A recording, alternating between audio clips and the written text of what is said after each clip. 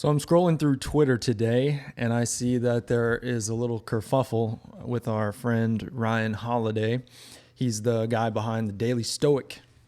His whole brand is pretty much built on Stoicism, this ancient philosophy of, you could say, resignation, self-control.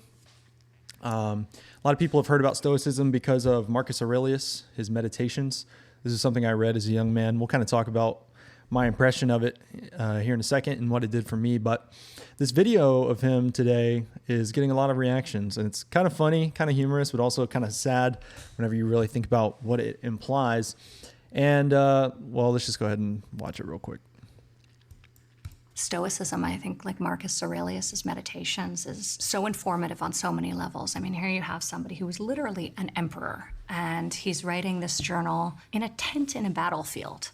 So his perspective is amazing. And he once wrote that the soul becomes dyed the color of its thoughts. And I think about that all the time. The cost to me of living in a way that's inconsistent and not aligned with what feels right, what models the right thing for my children, what feels inherently true to me, it's too expensive. I mean, look, here's the thing. She's totally right. That's exactly what Marcus Aurelius said. That's exactly what Stoicism is about. She's just not living or acting in accordance with it in any way. All right, so immediately we see here that Ryan Holiday is not very happy at Ivanka Trump and her presentation of Stoicism, her appreciation for Stoicism. It reminds me of how, usually when there's some movement and then, there's a group of people that really like a thing, a fan club. They don't like it when people outside of their fan club, people who think that people that they think are not worthy to be part of their club. There's this sort of exclusionary tendency, and I just think it's ironic because, and a lot of people are clowning Ryan Holiday for this, because the whole concept behind Stoicism is you're supposed to resign yourself, you're supposed to control your emotions, you're supposed to not care. Right? It's a philosophy about not caring, not letting things bother you. And it was obviously very popular in, I would say it started to get really popular around 2018, 2019. It was right around the same time that Jordan Peterson was getting really popular. But here we see that Ryan Holiday is very much not happy about Ivanka Trump lauding the merits of Stoicism, and one has to ask why, which obviously Ryan Holiday is going to tell us why here in a second. If you did, you'd have an intervention with your dad, whose life would be dyed with his horrible, negative, mean, bullying thoughts all the time. Are you stupid? Are you a stupid person? You are a rude, terrible person. You shouldn't be working for CNN. Don't talk to me that way. You're just a lightweight. Gavin Newsom has admitted that he has learning disabilities. Ilhan Omar is garbage. She's garbage. Her friends are garbage. So he's totally incoherent. And he goes, thank you. I'll give you another great Marcus Aurelius quote, Ivanka. He says, waste no more time talking about what a good person is like, just fucking be one. Look, this just fucking be a good fucking person. How about be a hecking good person, right? That's kind of the modern morality summed up. We criticize characters like Trump because they don't embody our religious or philosophical ideals, but those religious or philosophical ideals themselves are ill-founded, right? Because the whole idea behind Stoicism is you're supposed to resign yourself, you're supposed to not really care.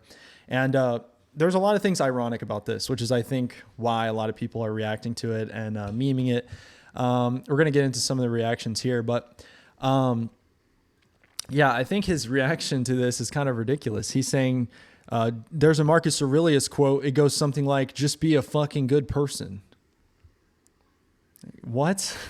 But ultimately, when people look into these ancient philosophies like Stoicism, they are trying to extract from it something that they can make use of in the modern world and that can verify or validate some of their modern creature comforts. And I'm sure Ryan Holiday, he's read a lot about Stoicism. I'm sure he's written a lot about Stoicism. I'm not certain he knows a ton about Stoicism. I'm not certain he knows a ton about antiquity. Okay. I know that he has a ton of books here behind him, many more than I have, right? Obviously that's a super cool studio he's got. But, a lot of this engagement with Stoicism from people like Ryan and from people who you could say are critical of Trump. I'm critical of Trump at times, right?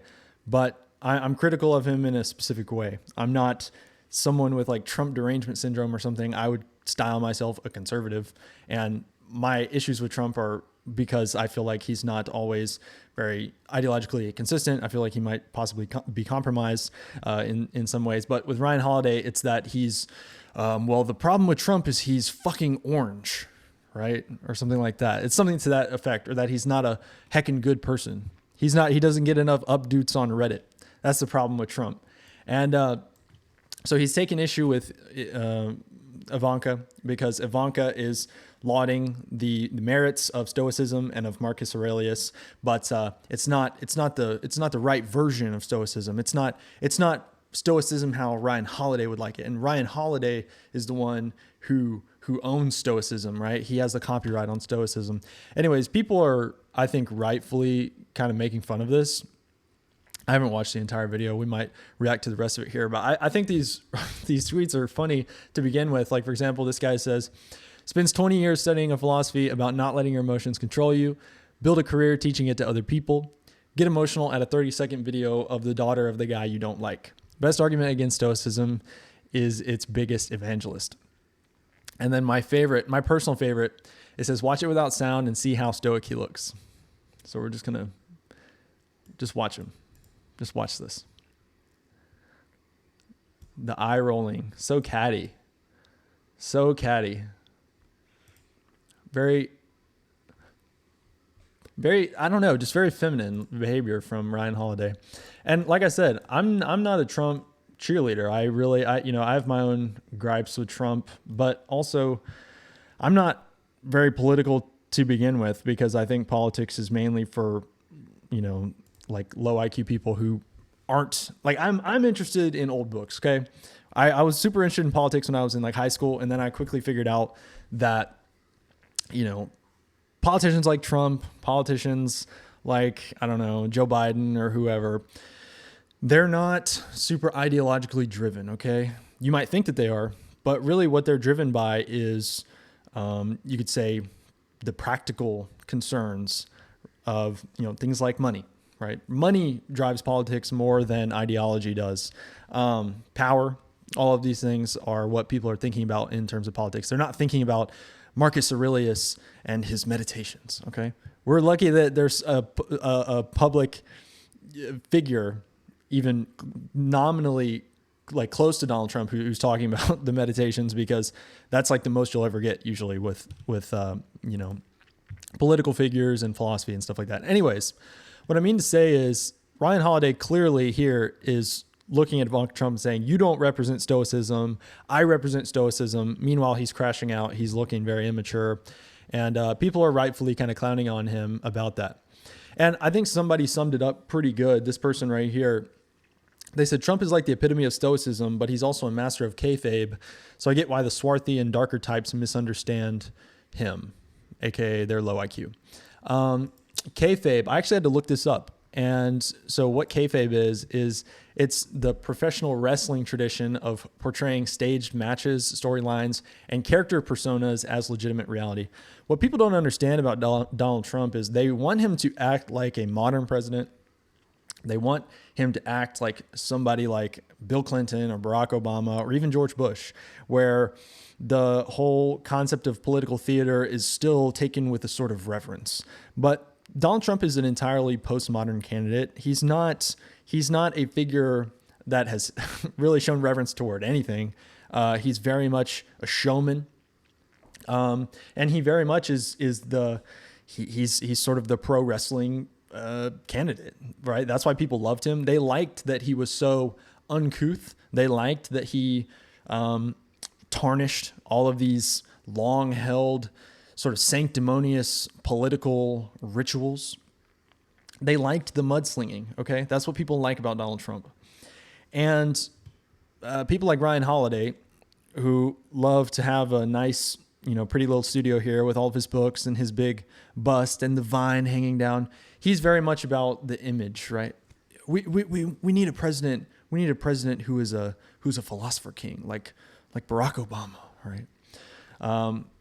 We need a meditations from Barack Obama. Anyways, Ryan Holiday, he has the completely wrong expectations around Donald Trump.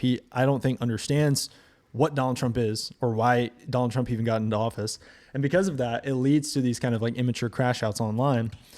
And so I was kind of thinking about it for a second, and I was like, Donald Trump really he's one of the most stoic presidents we've ever had. I don't know why Ryan Holiday wouldn't love him. Again, I have my own personal gripes with Trump, but you can't say that he's not sort of a stoic or at least nihilist president. I looked up Trump nihilist quotes because I feel like if I looked up Trump stoic quotes, that'd be way too specific.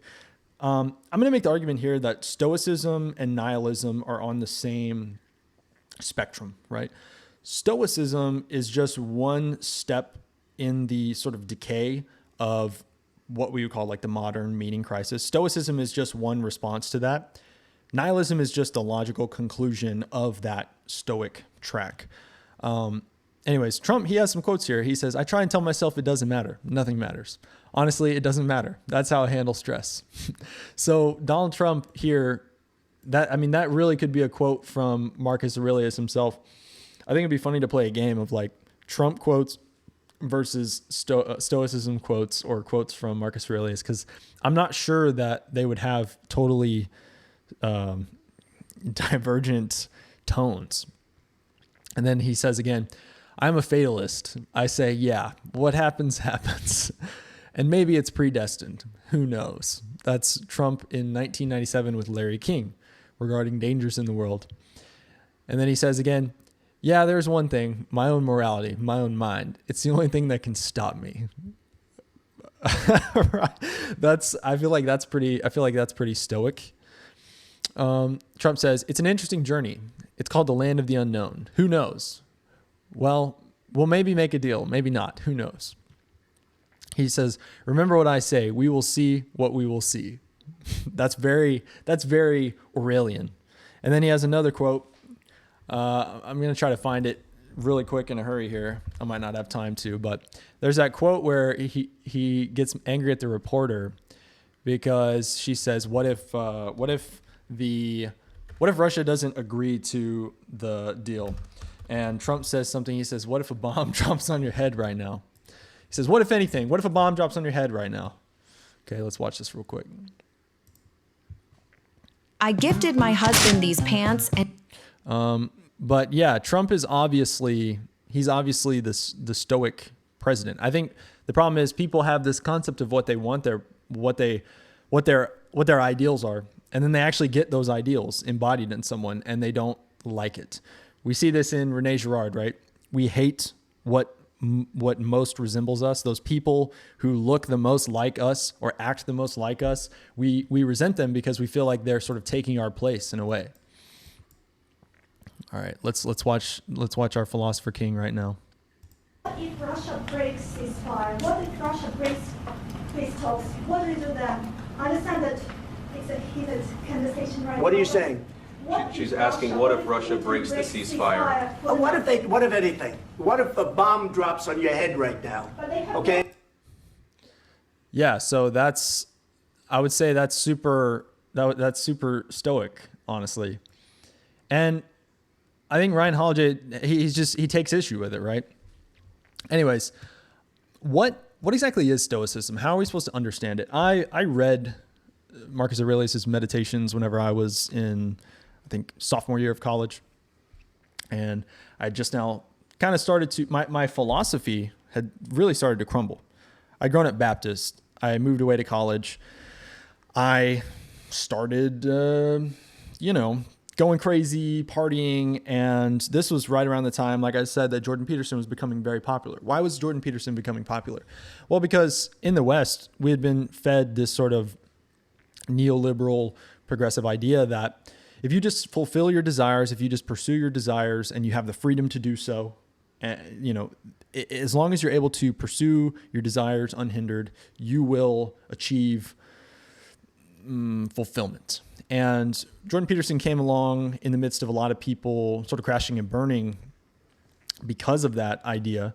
And Jordan Peterson kind of put people onto this idea that no, actually, you can't just sort of always be pursuing pleasure. That's the kind of Epicurean idea. You can't always just be pursuing pleasure, because ultimately you're going to run into some obstacles, and also the pleasure you're pursuing is going to become increasingly destructive and increasingly less fulfilling. So if you want to live a meaningful life, if you want to chase after the highest good, rather than pursuing pleasure as the ultimate goal, you have to chase meaning, and you have to do so through taking on responsibility. That was a radical idea for me as a young man. You have to clean your room, as Jordan Peterson said. Anyways, I started reading Marcus Aurelius' Meditations whenever I was in my sophomore college apartment. And to be honest, I just started reading it because a lot of other people were reading it. I'm not going to sit here and act like I had super cultivated tastes as a young man. I was just sort of picking up a lot of different things. I started reading the Tao, or the Tao, as some people pronounce it. But I remember it made somewhat of an impression on me. I remember not really being mature enough to totally soak in everything that it was implying. But ultimately, I sort of came away from it with this impression that I should try a little bit harder to control myself, to restrain my desires, to be excellent, to be an excellent person. That was kind of just the general gist of it, right? It was sort of just a general self-improvement type of feeling that I came away from it with. But ultimately, I still kind of went down this path of what's the word? Like I ultimately just continued to chase pleasure. Like pleasure was my ultimate goal. And self-control, like it's spoken of in the Meditations, was kind of just a means to a greater, more, you could say, sustainable pleasure. And what I find kind of interesting about this whole conversation, and with Ryan Holiday and his obsession with Stoicism, I think he really likes Stoicism because he's just made a successful brand out of it. I think that's enough of a motivation for people to want to go all in on something and make it their thing. But Ryan Holiday, he was heavily influenced by and mentored by Robert Greene. Robert Greene is the weird guy who wrote 48 Laws of Power, which is not legal to own in prison settings. But 48 Laws of Power, it's a meme book at this point, as it should be. But essentially, it's just this book of like, hey, just be a Nietzschean Ubermensch, lie, cheat, and steal if you have to. And here's all these things that you can do. Here's all these historical examples of how to get ahead using the Machiavellian triad. And 48 Laws of Power, it's very much inspired by the Nietzschean will to power. And what I find, I guess, just kind of interesting or weird about this is Ryan Holiday, he has such an issue with Donald Trump, obviously because he's a liberal. But he doesn't have a problem with Robert Greene. He doesn't have a problem, as far as I know, with Nietzsche and this whole will to power. Why, if you are a proponent of Stoicism, if you're a proponent of kind of the Nietzschean, amor fati, take hold of your life, will to power, all of this, why would you have a problem with Donald Trump? Donald Trump is honestly one of the most Nietzschean presidents we've had. I think he obviously is now, like I said, compromised, and he's kind of just doing what the establishment wants him to do. But to begin with, he kind of was like a Nietzschean sort of figure. And anyways, all that to say that I think Stoicism was very popular originally because in the wake of the meaning crisis and people kind of coming to the end of this neoliberal world order that we kind of got with the end of the Obama era, people began to see that this promise of progress, this promise of, world free from all the problems brought about by the traditional power structures, it didn't fulfill on its promise. Because liberalism, progressivism, it wasn't able to hand people the freedom and the long-lasting happiness that it was promising. Anyways, but people were also at the same time still kind of disenchanted with the classic power structures or the classic modes of, you could say, meaning making, like religious institutions. And Stoicism was kind of a nice out, because it was sort of like the Jordan Peterson message of, hey, you need to clean your room, you need to take responsibility, you need to pursue meaning. But it didn't have all of these like strictures that a lot of people regard the classical religious institutions as having. Like, for example, Christianity is going to put a pretty severe sexual ethic on you. It's going to say, hey, these are X, Y, and Z things that you don't need to be doing. You can't be doing if you're going to pursue this path, and if you're going to try to achieve salvation in this way. Whereas Stoicism, I don't think Stoicism ever put forth any sort of a rigorous sexual ethic. Stoicism was very much kind of malleable. Like, it would sort of let you kind of pursue whatever your self-determined idea of the greatest good.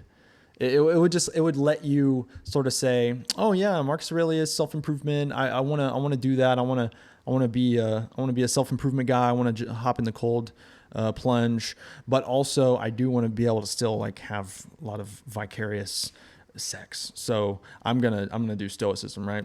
But that's the whole idea. What I'm saying is, up here, there's a meme where people have said, religious figure fans, your religious figure did questionable things. No, it's not true. It's based on inaccurate sources. Which this top part of the meme just goes to show that the trust in religious institutions at this point in time had been sort of waning. But underneath the person here who made this meme, they said, Marcus Aurelius fans, he ruthlessly waged war and stepped up the persecution of Christians. And this person over here said, yes, that was the duty of the emperor. So you see here, the Stoic approach is sort of an approach where ethics is incredibly malleable. It's sort of this thing where, well, it is what it is. I've resigned myself to this, ultimately this will to power. I've resigned myself to this approach to morality where it's like, hey man, life just is what it is. The universe is constantly in flux and changing. Yeah, there's a ordering principle to the world. There's this logos, but ultimately it's totally transcendent. And I kind of just have to make my best guess of what it is. So ultimately in Stoicism, there's no institution that can really guide the individual in their understanding of Stoicism. It very much is sort of just like, it's kind of like a build your own philosophy in a lot of ways. It's almost like it's like a software that you can download onto the neoliberal hardware that you're running as a post-enlightenment individual. And you can kind of just be like, I'm a Stoic flavor of liberal. So ultimately it was seen as something that was different and was customizable, but ultimately I think it was sort of unable to deliver on its promises. Nietzsche, I think, gives a really good critique of Stoicism right here. So he says, you want to live according to nature, because that was the whole concept of Stoicism. We have to just resign ourselves and live according to nature. You want to live according to nature? Oh, you noble Stoics, what fraudulent words. Think of a being such as nature is, prodigal beyond measure, indifferent beyond measure, without aims or intentions, without mercy or justice, at once fruitful and barren and uncertain. Think of indifference itself as a power. How could you live according to such indifference? To live, is that not precisely wanting to be other than this nature? Is living not valuating, preferring, being unjust, being limited, wanting to be different? And even if your imperative, live according to nature, meant at bottom the same thing as living according to life, how could you not do that? Why make a principle of what you yourselves are and must be? The truth of it is, however, quite different. While you rapturously pose as deriving the canon of your law from nature, you want something quite the reverse of that. You strange actors and self-deceivers. Your pride wants to prescribe your morality, your ideal to nature, yes, to nature itself, and incorporate them in it. You demand that nature should be nature according to the Stoa, and would like to make all existence exist only after your own image, as a tremendous eternal glorification and universalization of Stoicism. And if you think about this in light of Ryan Holiday's critique of Donald Trump, how he needs to be a freaking good person. He just needs to be a heckin' good person. And by the way, he's heckin' orange. You can see here how he's actually not Stoic. He very much has this sort of will to power built in, and he just wants the world to look like him. He just wants the world to look like him. But according to his brand of Stoicism, which is like, dude, like you should like totally not care like what people think. And like, dude, there's this vegan taco truck down the street. We should totally go grab a bite later. It's a brand of Stoicism that can only exist in affluent, like liberal urban life. It can only exist online. It's not the Stoicism where you actually are like happy to go live in a cave or something like that. Anyways, all your love of truth notwithstanding, you have compelled yourselves for so long and with such persistence and hypnotic rigidity to view nature falsely, namely stoically. You are no longer capable of viewing it in any other way, and some abysmal arrogance infects you at last with the bedlamite hope that because you know how to tyrannize over yourselves, Stoicism is self-tyranny, nature too can be tyrannized over. For is the Stoic not a piece of nature? But this is an old and never-ending story. What formerly happened with the Stoics will happen today as soon as a philosophy begins to believe in itself. It always creates the world in its own image. It cannot do otherwise. Philosophy is the tyrannical drive itself, the most spiritual will to power, to creation of the world, to causa prima. And so Nietzsche, I think, gives a pretty, strong takedown there of the Stoic. And one thing we have to understand here is that the Stoic is essentially making an what's called appeal to nature fallacy. What is the appeal to nature fallacy? The appeal to nature fallacy is me saying something is good if it's natural.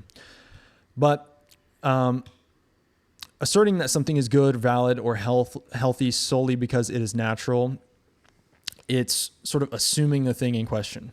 Because ultimately we can ask the question, what is natural, what is unnatural? I can just say things I like are natural, things I don't like are unnatural. That's the appeal to nature fallacy.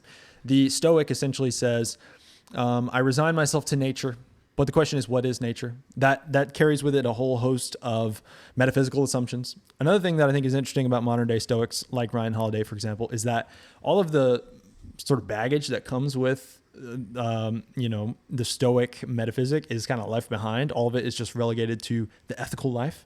But also the ethical life is something that's totally kind of malleable, as we see with Ryan Holiday saying, Marcus Aurelius said, just be a freaking good person. What is a good person? Again, we've already established, Nietzsche, right? Robert Greene, will to power. All of this is deeply tied in. You haven't given us a good reason why the will to power is not something we should pursue. Maybe the will to power, because it's natural, is what is ultimately good, right?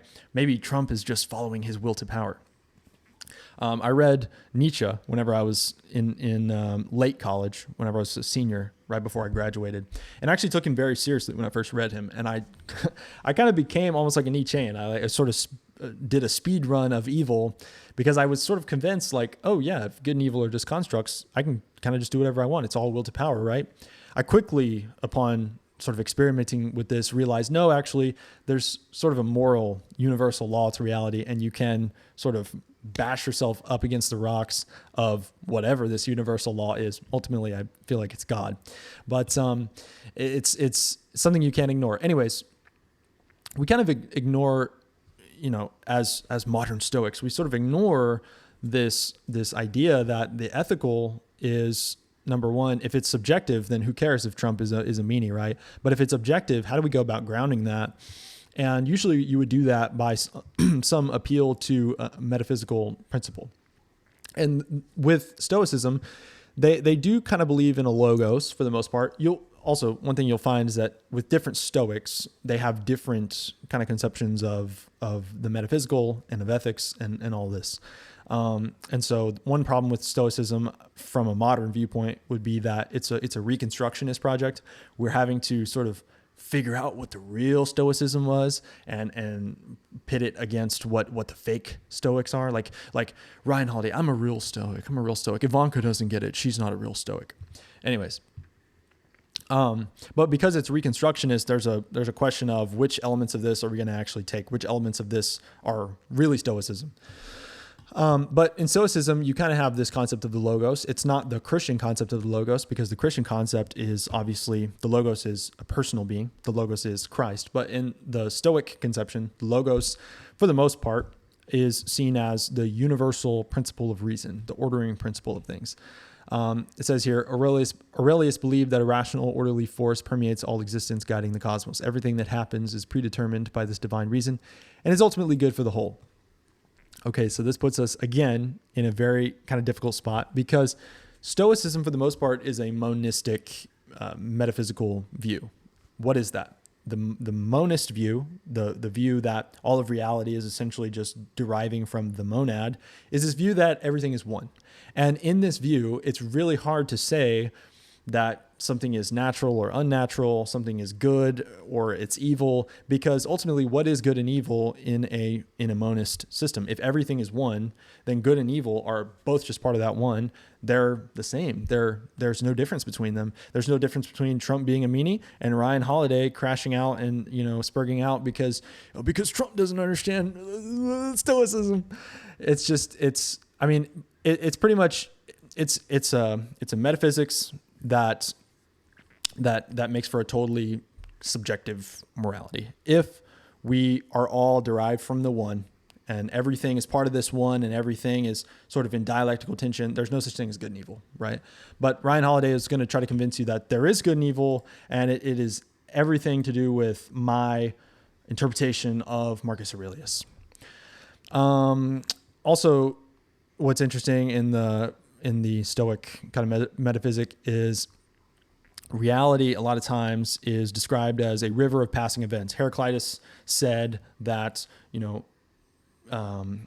you can never step into the same river twice. And this essentially means that things are constantly in flux, things are constantly changing. And there's not a lot of explanation as far as I know, and I could be wrong on this. I'm definitely not an expert on Stoicism. I have very little research into Stoicism, to be honest. Okay. This is just my reaction upon reading a few books. If things are constantly changing and constantly in flux, how then are we making determinations about anything? How are we saying that, like, how are we making universal claims about anything, especially around like things like ethics? Because maybe what Trump is doing and the things he's saying, maybe they're mean right now, but also how can we say what's good or bad? And maybe in the future, what he's saying will be seen as good, or will be, actually good in relation to the logos, or the impersonal logos, I mean. And so what I mean to say is that it's a somewhat confused philosophy, and it's made even more confused by the fact that we have somebody now who has sort of financial incentive to see himself as a representative of it, who is trying to tell us what the actual orthodox Stoicism is. And it just doesn't work in reality, because Stoicism it's not that type of philosophy. It doesn't actually give you groundings for these things. And ultimately, I think that Kierkegaard can help us understand, Stoicism. So this is one of the best books I've ever read. It's called Either Or by Kierkegaard. And in it, Kierkegaard talks about how in the realm of ethics, and just in the realm of worldviews, honestly, the individual is always at a crossroads at every moment between either the religious worldview or the aesthetic worldview. And what does that mean? It's essentially, you're always at a crossroads between the Christian worldview or the non-Christian worldview. And also the thing is, refusing to choose means you've already made your choice. And he kind of tiers the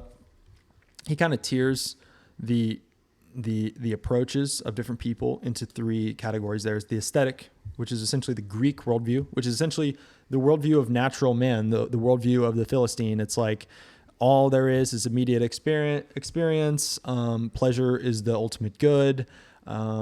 There's no real end to things in and of themselves. Everything is everything itself is the end. And then you have sort of the ethical worldview, which attempts to get beyond this and say, no, actually, I should be self-controlled. No, actually, I should not be looking at prawn all day and do Netflix and smoking the ganja. I should read Marcus Aurelius's meditations. I should go for a jog. I should do the cold plunge or whatever. that's a major straw man. The ethical view really is the view of the law-abiding person. It's the view that no, we should have laws, we should, be good people, but then there's a question of what it is to be good, actually. And the problem in Kierkegaard's view, I think, is that the ethical is it's really just another. It's another gradation of the aesthetic. Because yes, the ethical, you could make an argument that the ethical is a better way to live than the aesthetic, right? It's better to be a Stoic in the modern age than to be some like rave person doing designer drugs or whatever out in the desert. But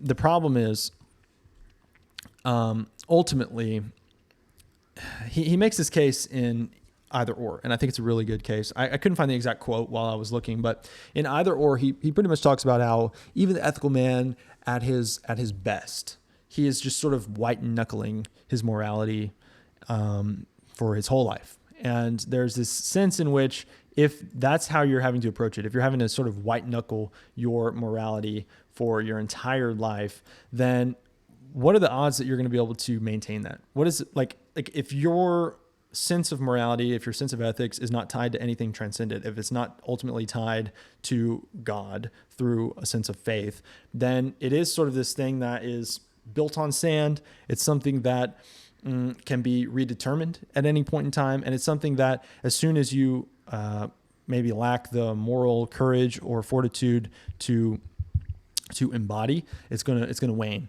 And so ultimately you have to transcend even the ethical worldview into what's called the religious worldview, or Kierkegaard called this person the knight of faith, because we can see these things play out in the life of, say, for example, Abraham. The cover of this actually, it's a different cover. It's the cover of Fear and Trembling. The cover of Fear and Trembling is actually Abraham about to sacrifice his son Isaac. Why is that the cover? Because Kierkegaard makes the case that in this scene, we can essentially see the differences between the aesthetic, the ethical, and the religious worldview. The aesthetic worldview is essentially the worldview that would say, no, I would never sacrifice my son, because that is you wouldn't even get that far. In fact, you'd probably sacrifice your son to like Moloch or something before that, just to get like fertile rains or something. The ethical worldview would stop short of that and be like, well, hold on now. What's the rational reason for me sacrificing my son? How is this, blah, blah, blah, blah, blah. But Abraham in this story is seen as a knight of faith because he, even though he does not understand the reason why God is commanding this, he in faith goes to carry it out. And to non-religious people, this literally doesn't make any sense. They're like, this is ridiculous. This is why I don't believe in Christianity. This right here. But curiously, in the story, Abraham does not sacrifice his son ultimately because God provides a way out, and it was a way of testing Abraham's faith. But the point I'm trying to make here is that in the ethical view, even whenever we talk about what's the rational basis for this behavior? What's the proper principle of, or what's the philosophical justification for this ethical action? It's not sufficient enough to get to faith, which is ultimately a radical sort of abandon. The thing with Stoicism is it's this sort of rational process of saying, I'm going to resign myself to the natural way of things, and I'm going to assimilate myself to this impersonal, rational force known as the logos. But in Christianity, there's this sort of leap of faith that has to happen where you're like, no, actually, the logos is something that is so radically transcendent, but also immanent, and also something personal that I can enter into a relationship with, and it will guide me, right? God will guide me ultimately.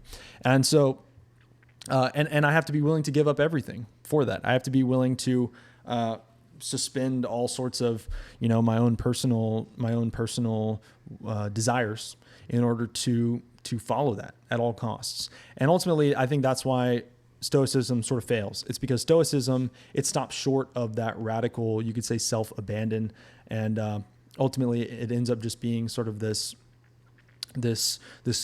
cope, right? It's a cope. It's a modern attempt at reconstruction. Stoicism actually fell out of favor in history because it could not answer man's fundamental problem. Man is fallen. He needs God to help him. He needs God to rescue him. And ultimately, that's what Christianity provides. And so ultimately, I just want to leave you guys off with this right here. I think this is very much encapsulates what I'm talking about. It's very poignant. It's a IQ distribution meme. The dumb person over here says Stoicism sucks.